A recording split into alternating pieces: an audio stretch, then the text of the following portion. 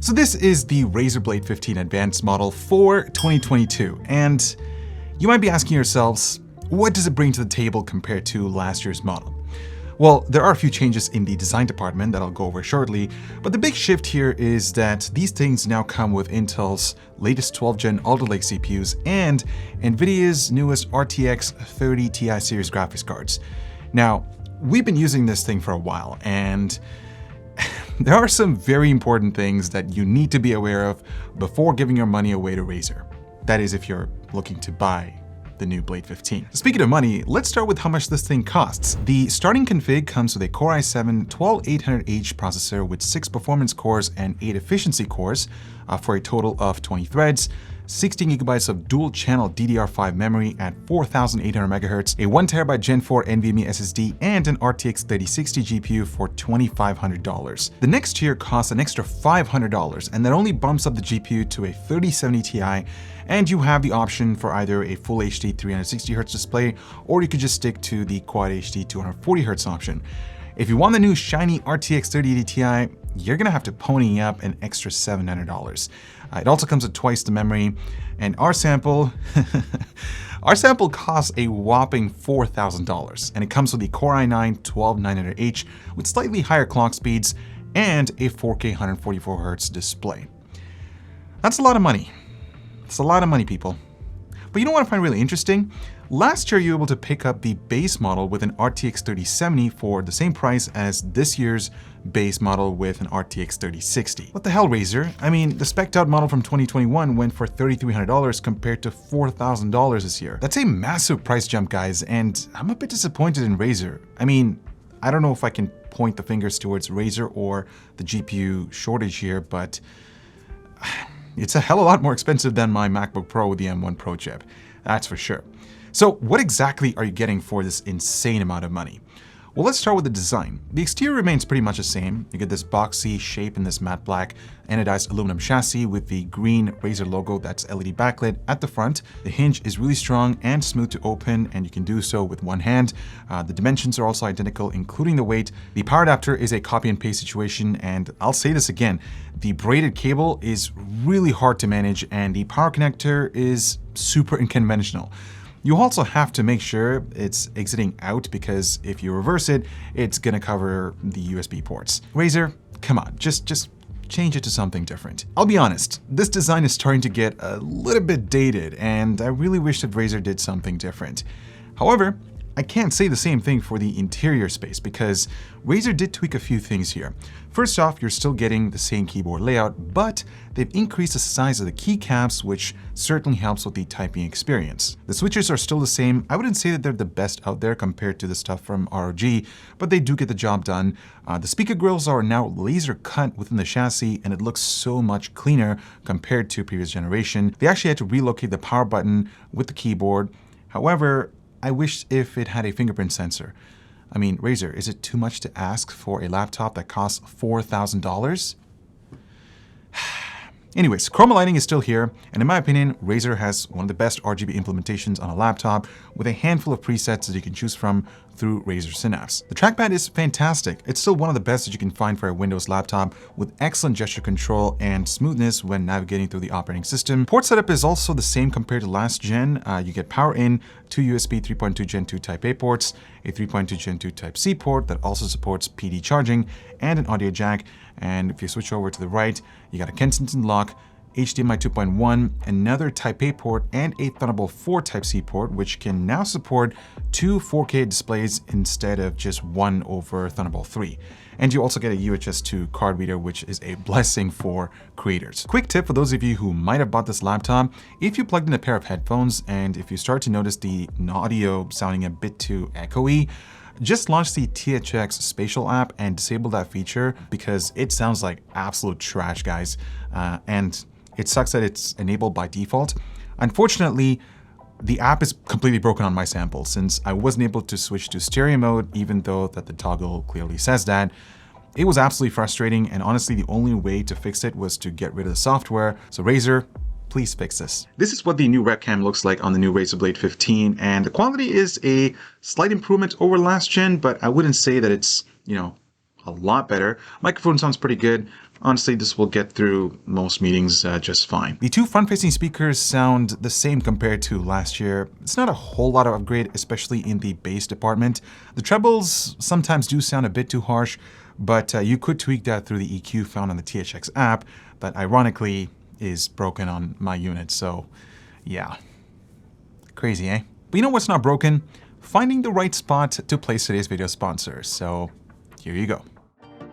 How would you define evolution? Perhaps constant improvement based on earlier iterations, developing a better product for the future, going from big to small, or simply building something so feature-packed I have no time to cover everything. I mean, come on, Leonie, this new case is incredible, and finally a proper tagline that absolutely fits. Evolution continues. Whew! The new O11 Dynamic Evo by Leonie. You gotta check it out below. Alright, perhaps my favorite feature of the new Blade 15 is the display, because Razer just nailed it this time. This 4K IPS grade panel is absolutely gorgeous with fantastic color reproduction. As you can see, it covers 100% sRGB, 88% Adobe RGB, and 99% DCI-P3. On top of that, it gets really bright too, with our sample being able to sustain a peak brightness level of 476 nits. And it can do all of that while maintaining a refresh rate of 144 Hz. This to me just set the bar for being one of the best displays that you can find on the market for a laptop. Sure, it's not 240 Hz or 360 Hz, but they do offer those options in QHD and 1080p with the lower tier models. So I think this is just perfect for people who work with a lot of high resolution assets while getting accurate colors, but also being able to game a little bit as well. It doesn't come with G-Sync, and of course, given that this is 4K at 15.6 inches, I would say scaling between 175 to 200% would be a good sweet spot. Upgradability is once again pretty straightforward on the new Blade 15. You have quick access to 2 RAM modules. Maximum supported capacity is 64 gigabytes. The primary NVMe SSD is actually hidden underneath this bracket, and the drive speeds are a noticeable improvement compared to last gen. We're talking 2 times faster performance in both the read and write department. You can also expand the storage by adding another M.2 drive, but keep in mind that because of this layered style setup, you're only limited to a single-sided M.2 drive. So what that means that you cannot install drives that have chips on both sides. Now, battery life is an area that I wanted to spend a bit more time on because there's been a lot of controversy about how Alder Lake performs. Because back when we looked at the GE76 Raider, our test showed that Intel's new architecture seemed to get some pretty terrible results.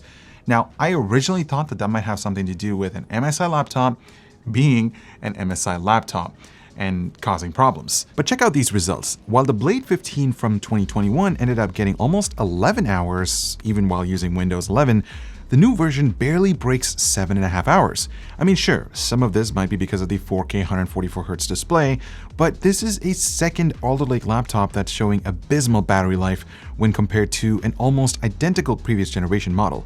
And that, ladies and gentlemen, is starting to look like a trend.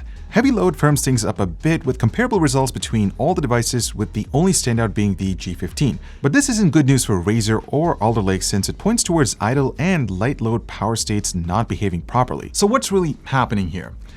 Well, honestly, I'm not 100% sure, but the team's got some theories, because we tried 2 BIOSes and multiple GPU drivers over the last few weeks, and each combination seemed to either improve or make the situation even worse. Sometimes idle power was extremely high, while others showed a bit more normal conditions. There just wasn't any consistency, but we settled using the final retail BIOS and NVIDIA's latest GPU drivers for this review. And to us, I think this is more of an NVIDIA issue, because remember, CPU Optimizer, Battery Boost, and Advanced Optimus GPU switching now handles some of the processor's power management, including idle power states. And based on the firmware changes, it still feels like they're dialing things in. So I guess it's now time to get into the part that everyone's excited about, and that's performance. And to set the stage here, I do need to mention I've only looked at one other Alder Lake laptop so far, and that's that massive GE76 Raider. That thing was a chunky boy with the processor that ran between 70 and 80 watts all day, every day, and it's got an RTX 3080 Ti in action too, by running at a solid 155 watts. Anyways, just remember those numbers as I go through things, because this Blade 15 is a very, very different laptop. It's meant for portability, just as it's meant to be a gaming laptop. Now, in order to make sure the Blade's performance and noise offer something for everyone, Razer's actually offering a whole lot of control. So the processor gets 4 different performance modes, while the GPU gets 3. Now, each of those gets pretty different acoustic results, with low being whisper quiet, even under a gaming load, while high and medium balance performance with noise. But with boosts, well, I wouldn't really recommend that at all because it's just way too loud. But anyways, let's just see how these modes end up affecting how the processor and GPU end up behaving. Now, from a CPU side of things, it's good to see that every single mode actually does something different. Low ends up sitting around 25 watts, while medium adds about 10 watts to that, and performance hits 45 watts, which is actually a lot lower than most Intel and AMD laptops we've seen in the last year or so. Boost does more things by a tiny bit to just over 60 watts, but the noise it makes, I mean, it's just unlivable in my opinion. And look, I know Alder Lake is supposed to suck back a massive amount of power, but that's pretty much fake news. I mean, sure, it can chuck down on juice like a drunken sailor, but so can Ryzen processors if they're giving enough headroom. On laptops, it's up to manufacturers to modify those power values to suit their designs. In Razer's case, well, they haven't really upgraded their cooling system in a big way or anything else for that matter. I mean, if a recipe works, why change it, right? That also means the Blade 15's overall thermal and power envelope hasn't changed even with the move to Alder Lake, and in this case, an RTX 3080 Ti. So the 12900H ends up being capped at a max of about 60 watts, but none of the settings gets anywhere close to what I'd call hot. Everything else is really well managed right across the board though. But understanding how this all translates into clock speeds is a bit tough since we haven't reviewed enough Alder Lake laptops. Plus, the way the P and E cores handle frequencies is a bit different. Either way, let's just say that low and medium settings end up running the CPU below its base frequency, while medium hits Intel's all-core speeds and turbo goes above those by a bit. Moving on to the GPU side of things, and this one's going to be easy, guys, because basically every one of the settings runs the RTX 3080 Ti at its minimum of 80 watts with a small variation of a few watts here and there. But the temperature results here are almost opposite to what we saw with the 12900H, since the low and medium settings ends up being a bit hotter than high because of the lower fan speeds. But look, hotter is just a general term here, since the Blade posts some of the lowest GPU temps that I've ever seen. But that little extra thermal headroom allows this card to hit consistently higher clock speeds than in the other two settings. It isn't much, about 15 MHz I would say at most, but the improvements is there. But you also have to take into account low and medium are running right at NVIDIA's minimum speed for this card, so there were some sacrifices being made to shoehorn an RTX 3080 Ti into such a slim laptop. Anyways, this is how the Blade 15 lines up to the other laptops you'll see in the benchmarks. Basically, the wattage being pumped into the processor and graphics are just about the same as the 2021 model, but they're also some of the lowest here. I mean, even the Strix G15's 5900HX runs along at about 87 watts, while the Legion 7i and G76 Raider are a whole lot higher too. And this is something super important to take into consideration before running into the benchmarks, because more current means high performance. So like I said before, Razer made some sacrifices to jam all these high-end specs into such a slim chassis. But in gaming laptop terms, that means high-end components might not necessarily lead to crazy high-end performance. Starting on with Cinebench, and things look pretty good for the Blade 15, even though the 12900H is running at a low wattage. It's able to edge out the G15 and it provides a whole lot more performance than the previous generation. But the 7i and G76 show what can happen when you feed these processors with more juice. And when we turn towards lightly threaded scenarios, the amount of power becomes a non-issue and the Blade ends up being one of the fastest laptops that I've tested. But the lower power limit does end up hurting this thing in our real-world benchmarks that are more focused on rendering, video conversion, and other professional workloads. I mean, beating the Strix G15 while consuming almost 50% less power, I mean, that shows how good Intel's new architecture really is on a performance per watt level. We just can't forget that this Razer laptop costs a cool $4,000, while you can find the G15 Advantage Edition for about $1,700 right now. One interesting thing we saw is that Razer is running tighter memory timings and a faster SSD than the G76 Raider. And that ends up really benefiting performance in Resolve, where the Blade 15 becomes the fastest laptop that we've ever tested. The problem here is that I think there's becoming an application bottleneck here where the software itself ends up capping render times. Meanwhile, in Premiere, it's still bloody fast, but the strict power caps means the G76 Raider takes the win. Another thing I should mention is that if you work on Premiere a lot with GPU acceleration, try to avoid AMD-based laptops since their platform doesn't allow the integrated and discrete graphics to be used at the same time for renders, at least not yet. Moving on to gaming at 1080p, and it's really hard to recommend this configuration, guys. I mean, this thing is rocking some of the highest end components available, and because of that, it's one of the most expensive laptops that I've reviewed. But it's pretty obvious that the RTX 3080 Ti and the 12900H are completely kneecapped here. I mean, check this out. In some cases, this combination barely offers more than 15% higher frame rates than the 2021 version, rocking an RTX 3070 and 11800H. And that laptop ended up costing $2,700, so $1,300 less than this one. This just goes to show that you really can't judge the performance of a laptop by its components alone. I know I've repeated this over again and again and again, but I need to drive this point home. Again, the Blade 15 is an amazing laptop.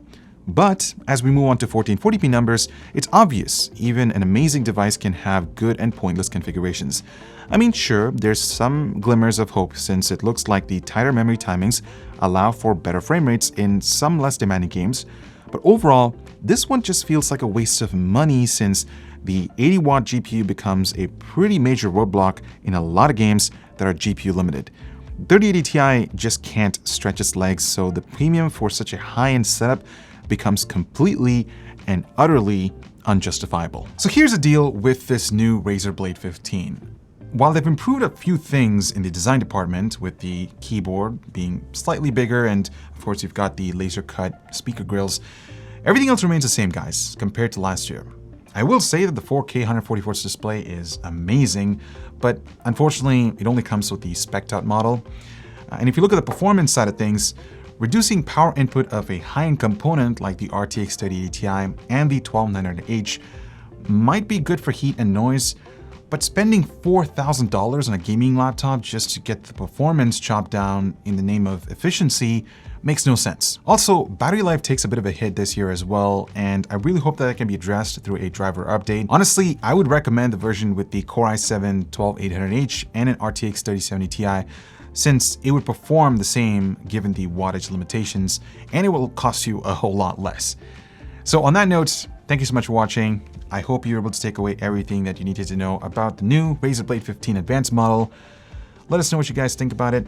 I know it's expensive, and quite frankly, yeah, it just sucks that it's more pricier this year compared to last year. But until next time, spend responsibly, my friends.